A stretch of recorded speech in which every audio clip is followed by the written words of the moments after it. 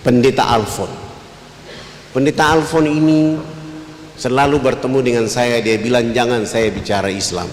Saya bilang saya orang Irian, agama Islam. Abang orang Irian, pendeta agama Kristen. Kita boleh hidup. Saya berusaha untuk bertemu dengan beliau. Akhirnya suatu waktu saya mencoba selesai sholat subuh, saya jalan kaki ke rumah beliau kurang lebih 200 meter. Perjalanan pagi menuju rumah beliau, jarak 1 meter saya mau sampai ke rumah beliau. Saya lihat beliau sedang lari pagi di depan halaman rumahnya. Ketika saya lihat beliau lari pagi, saya percepat langkah untuk bertemu beliau. Ketika saya tunduk, beliau lihat saya dan lari masuk. Pintu rumahnya dia tutup.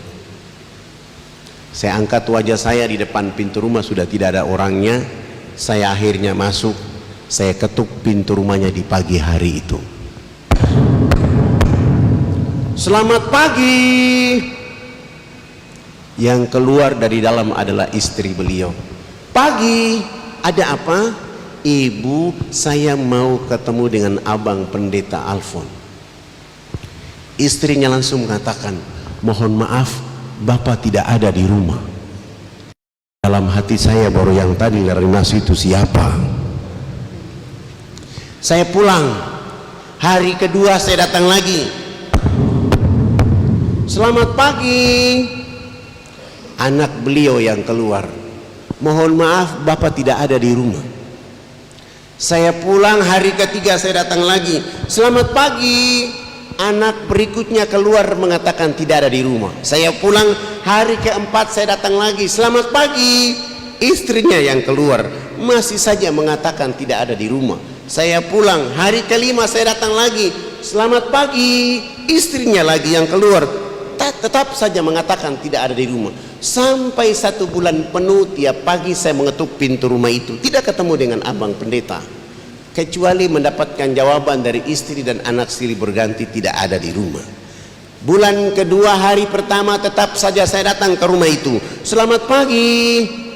Istrinya keluar mengatakan tidak ada di rumah. Hari kedua bulan kedua saya datang lagi. Selamat pagi. Anaknya keluar mengatakan tidak ada di rumah. Hari ketiga bulan kedua saya datang lagi. Selamat pagi.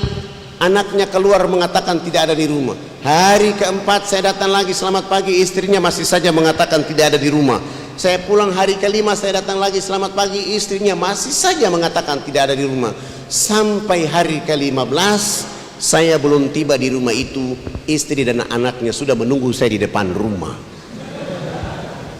Begitu saya menyapa selamat pagi, mereka mengatakan, Anda ini tidak bosan tiap pagi datang ke rumah kami?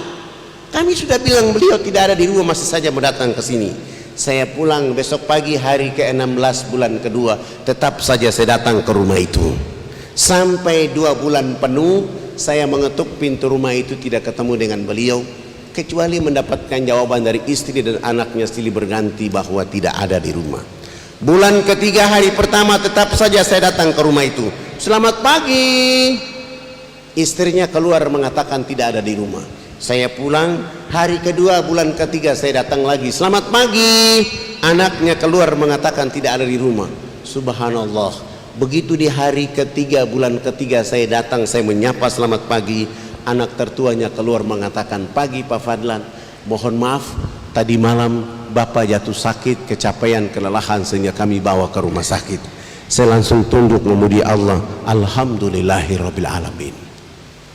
Saya tidak pulang. Saya melanjutkan perjalanan dari rumah beliau ke rumah sakit untuk cari tahu keadaan yang sebenarnya. Begitu sampai ke rumah sakit, saya tanya, mereka membenarkan dia ada di rumah sakit tadi malam dan sedang ada di kamar VIP nomor 48. Saya tidak langsung ke kamar itu, saya keluar dulu. Ada orang jual buah-buahan di luar sana. Saya beli, saya bungkus, dibungkus jadi parcel. Lalu saya bawa dan berjalan menuju kamar nomor 48. Setiba saya di depan pintu kamar itu, saya ketuk dari luar. Selamat pagi. Istri beliau langsung menjawab dari dalam kamar, pagi, silakan masuk. Rupanya tidak tahu kalau itu adalah saya. Saya buka pintu pelan-pelan, saya angkat parcel, saya tutup wajah saya. dan berjalan pelan-pelan. Begitu sampai di dalam, saya lihat kaki istrinya, saya turunkan parsen. Selamat pagi bunda, saya dapat kabar abang jatuh sakit sehingga saya beli buah-buahan ini. Nanti kalau abang bangun tidur, sampaikan salam hormat bahwa tadi Fadlan dari sini. Begitu saya cerita dengan istrinya, Alfon dari tempat tidur langsung menyapa saya, pagi Pak Fadlan. Saya tinggalkan istrinya merapat salaman dengan beliau dan saya bilang, abang, hari ini sungguh sangat luar biasa, saya dapat rahmat dari Allah karena saya sudah cari abang 2 bulan 3 hari. Sebenarnya abang tidak sakit, tapi abang hari-hari mendidik istri anak untuk berbohong. Itu menjadi penyakit supaya saya ketemu di sini. Nanti kalau abang sehat sembuh, jangan mengulangi perbuatan ini lagi. Saya pamit pulang. 5 hari kemudian beliau sembuh dan pulang ke rumah. Hari ke-6 saya menjadi tamu pertama di rumahnya. Selamat pagi. Beliau bersama istri dan 7 anak membuka pintu dan mempersilahkan saya masuk ke dalam rumah mereka. Di saat itulah saya mulai cerita kepada mereka dengan judul Indahnya Islam bagi Penduduk Alam Semesta. Dari jam 10 pagi sampai jam 12 siang saya pamit pulang. Beliau mengantar saya sampai depan pintu pagar. Beliau mengatakan, Fadlan, usahakan besok datang lebih pagi lagi. Besok pagi saya datang dari jam 7.30 sampai jam 12. Sesudah itu sholat duhur selesai, saya melanjutkan sampai asar. Pekerjaan seperti ini saya lakukan 5 hari berturut-turut. Subhanallah, menjelang waktu asar di hari ke-5, beliau bersama istri dan 7 anak menyatakan sikap hijrah, mengucapkan 2 kalimat syahadat.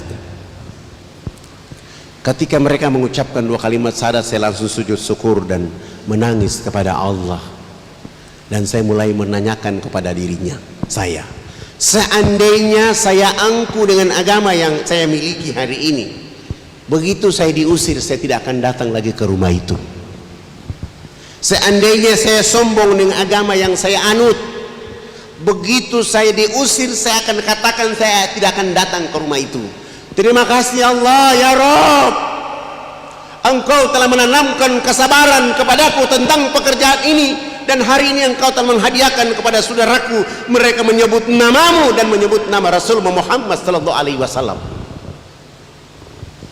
Keluarga ini hijrah, saya ada sedikit uang, sewa rumah yang sedikit besar, saya pindahkan mereka dan menuntun mereka untuk sholat 5 waktu dan menuntun mereka untuk bisa baca Quran. Nama Alfon saya ganti dengan nama Abu Sofyan. Begitu hari Jumat sudah mulai masuk ke masjid, sholat Jumat, sholat asar, sholat maghrib, sholat isya, sholat subuh. Tapi begitu hari Minggu pagi, orang masih menunggu dia di tempat lamanya dari jam 6 pagi sampai jam 11 siang. Tidak mungkinlah Abu Sofyan ke sana karena sudah takbir. Akhirnya Fadlan dicari, ditahan tanpa proses apa-apa, langsung suruh nginap selama 3 bulan di penjara. Alhamdulillah.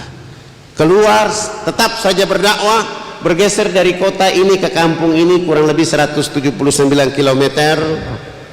Begitu datang ke sana ternyata nama saya sudah dikasih tahu dengan teman-teman. Saya menuju rumah kepala suku. Kepala suku berdiri di balik pintu rumah dengan tombak, lalu dia angkat tombak itu, dia lempar, kena di betis kaki kiri saya dan saya terjatuh. Begitu teman-teman dai ingin melakukan perlawanan, dan saya bilang, kita kesini bukan berperang, kita kesini berdakwah. Dan tombak di betis kaki kiri saya ini adalah konsekuensinya orang berdakwah. Jangankan Fadlan, Rasul Muhammad SAW datang ke Taif, dilempar sampai tumpitnya berdarah-darah, tidak ada balasan apapun kecuali Rasulullah mendoakan mereka. Tugas kalian adalah mencabut tombak dari betis kaki kiri saya. Begitu dicabut, saya dilarikan ke rumah sakit, harus tidur di sana selama 3 bulan masa penyembuhan. Setelah sembuh sehat walafiat, saya coba lari pagi, kaki saya sudah kuat, dan saya bilang, kita kembali ke kampung itu lagi. Teman-teman mengatakan, Ustadz kan sudah ditombak di sana, untuk apa kita ke sana? Hei, jangan bangun kebencian dan permusuhan dengan orang. Tugas kita berdakwah. Akhirnya kami datang ke kampung itu. Saya turun dari kendaraan menuju rumah kepala suku. Sebelum masuk ke rumah, di halaman rumah itu ada anak tertua beliau. Saya dekati beliau dan saya tanya, "Abang, ada bapak kepala suku?" "Ada, tapi beliau terserang penyakit malaria. Kami tidak punya uang, kami tidak punya mobil, sehingga kami tidak bisa bawa bapak ke rumah sakit." Saya langsung jawab, "Saya datang ini menjemput bapak kepala suku, abang dengan mama, kita bawa ke rumah sakit biar mengobati bapak di rumah sakit." Anak tertuanya mengatakan, "Tapi kan abang sudah ditombak bapak beberapa waktu yang lalu." "Itu urusan lain. Urusan sekarang adalah kita harus menyelamatkan bapak kepala suku." Akhirnya beliau masuk, kasih tahu bapaknya dan mamanya. Kami bawa beliau rawat di rumah sakit selama 2 minggu, sembuh sehat walafiat. Kami siapkan bekal hidup untuk mereka, kami antar pulang mereka ke kampung halaman, kami kembali ke kota. 1 minggu kemudian baru kami kembali ke sana berdakwah. Subhanallah, baru 3 hari bicara Islam, kepala suku bersama istri dan 13 anak, ditambah 15 kepala keluarga di kampung kecil itu pun hijrah, mengucapkan 2 kalimat syahadat. Ribut lagi, Fadlan dicari lagi, ditahan, nginap di penjara selama 6 bulan. Alhamdulillah, setelah 6 bulan itu selesai, keluar tetap saja berdakwah, bergeser di atas ini. Subhanallah, baru 2 bulan berdakwah, Allah kasih hidayah kepada 30 kepala keluarga. Ribut lagi, Fadlan diambil lagi untuk nginap selama 9 bulan di sana. Hari terakhir dari bulan ke-9 keluar, orang yang mengambil saya di 3 bulan pertama, 6 bulan kedua dan 9 bulan yang ketiga, dia buka gembok itu dan dia maki-maki saya di sana. "Ruangan ini tidak ada wajah orang lain kecuali wajah Anda ini. Kenapa Anda tidak takut?" Saya bilang, "Saya bukan maling, saya bukan pembunuh, saya bukan penjahat, saya juga bukan pemberontak. Saya hanya ingin mencerdaskan saudara-saudara saya di negeri ini agar pasti tunduk memuji Allah Subhanahu wa ta'ala. Kalau abang mau menangkap saya, silahkan. Tapi saya mau bilang sama abang, orang kaya abang ini suatu saat akan ditangkap oleh Allah, disiksa oleh Allah habis-habisan karena abang salah menangkap orang." Beliau langsung mengatakan, "Jangan kau kasih takut-takut saya." Di saat itulah dia bawa pulang saya ke rumahnya, suruh saya cerita Islam kepada mereka. 8 jam kemudian beliau bersama istri dan 5 anak pun hijrah mengucapkan 2 kalimat syahadat. Saya mulai berpikir,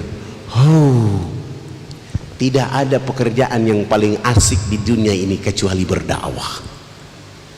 Siapa orang yang melakukan pekerjaan berasik ini karena Allah dan Rasulnya, pasti dia difitnah, dicemooh, dicurigai, dipanah, ditombak, ditembak, dipenjara, bahkan dibunuh. Tapi Allah akan ganti dengan hidayah lebih cepat daripada angin.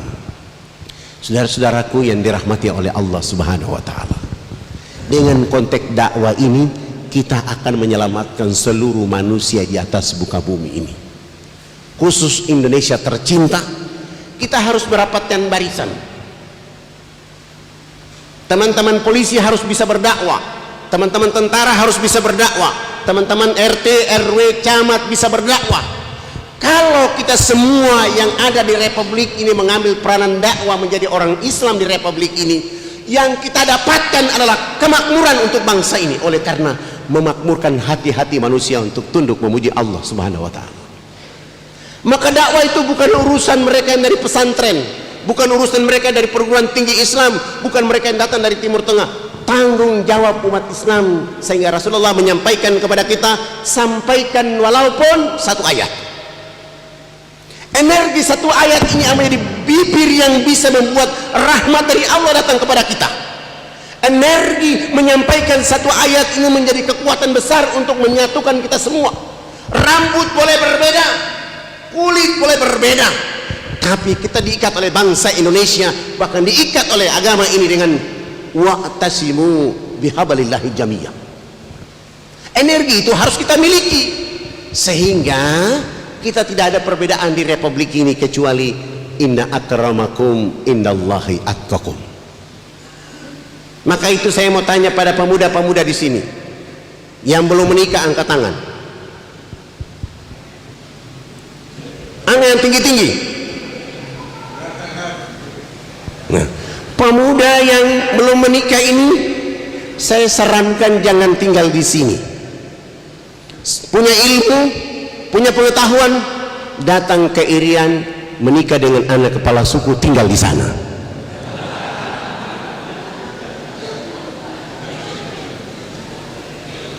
Kalau tinggal di sini, nikah sama orang di sini, anakmu anak Jawa.